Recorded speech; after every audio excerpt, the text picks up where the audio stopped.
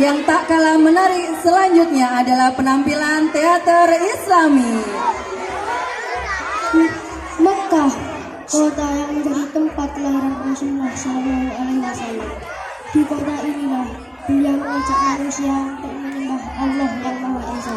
Namun, dakwah itu tidaklah mudah. Kaum Quraisy menolak ajaran Rasulullah. Mereka menghina, mengancam, bahkan menyakiti beliau dan para sahabatnya. Kesedihan Rasulullah semakin bertambah ketika dua orang yang sangat beliau cintai wafat. Istri beliau, Khadijah radhiyallahu anha, kemudian paman beliau, Abu Thalib, juga wafat. Keduanya selama ini telah menjadi sumber dukungan bagi Rasulullah. Setelah terjadi mereka, tekanan kaum Quraisy terhadap Rasulullah semakin berat. Namun Rasulullah tidak menyerah.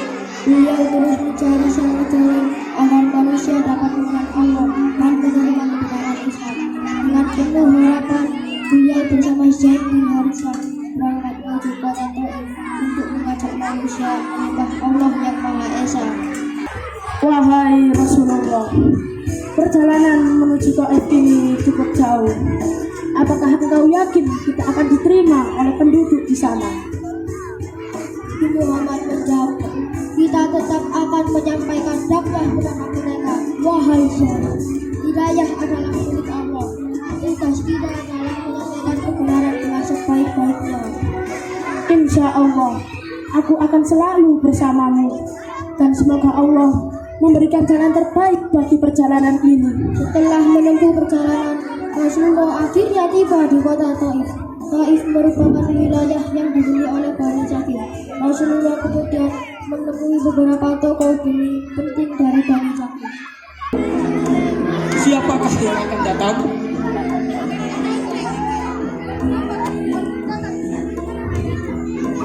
Mengapa engkau datang ke kota kami?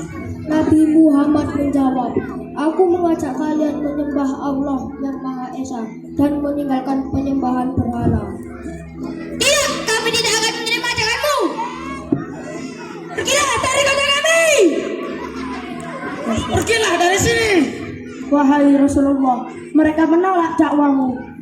Nabi Muhammad menjawab, janganlah kita membalas keburukan dengan keburukan. Bukan hanya ditolak, mereka juga menghasut masyarakat agar mengusir kita. Namun, keras dengan kepahan, beliau tetap bersatu. Usir dia dari kota ini. Usir dia dari kota ini. Pergi dari sini. Berhenti, jangan sakiti Rasulullah. Wahai Rasulullah, biarkan aku melindungi engkau. Pergi dari Taif. Kami tidak menginginkan kamu lagi. Jangan lempar batu. Batu-batu terus dilemparkan. Zaid berusaha melindungi Rasulullah, namun Rasulullah tetap mengalami luka. Zaid pun juga terluka. Beliau dan Zaid akhirnya meninggalkan kerumunan tersebut dan berhenti untuk beristirahat. Kemudian pemilik kebun anggur terus melihat Rasulullah dan Zaid yang terluka. Kasihan sekali orang itu. Adas, Adas, Adas. Bawakan setangkai anggur untuk beliau.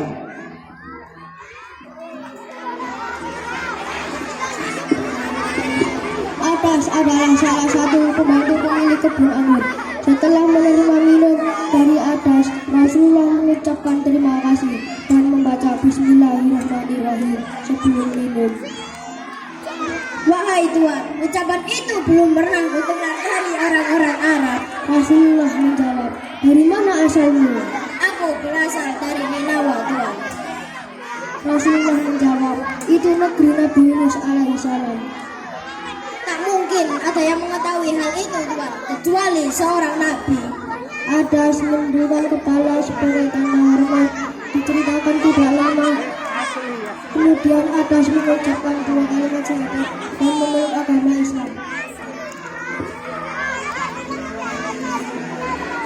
Di tengah kelelahan yang dihadapi Rasulullah, beliau tidak memilih untuk membalas dendam, justru mengadu kepada Allah.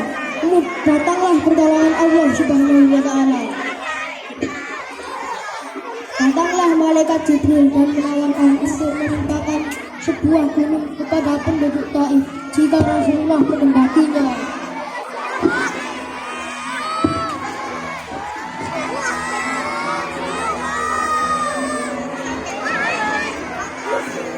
Wahai Rasulullah, jika engkau menghendaki, aku akan menimpakan mereka dengan gunung ini.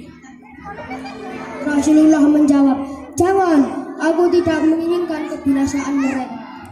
Mereka telah menyakitimu, mengapa engkau tidak membalasnya? Rasulullah menjawab, aku berharap kepada Allah, barangkali suatu hari nanti dari keturunan mereka akan lahir orang-orang yang menyembah Allah.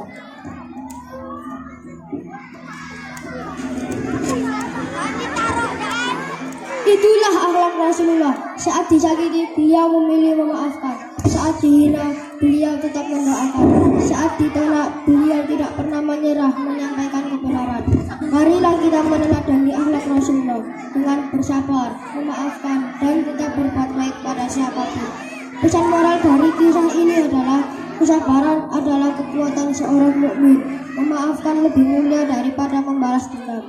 Tetap berbuat baik meskipun diperlakukan tidak baik.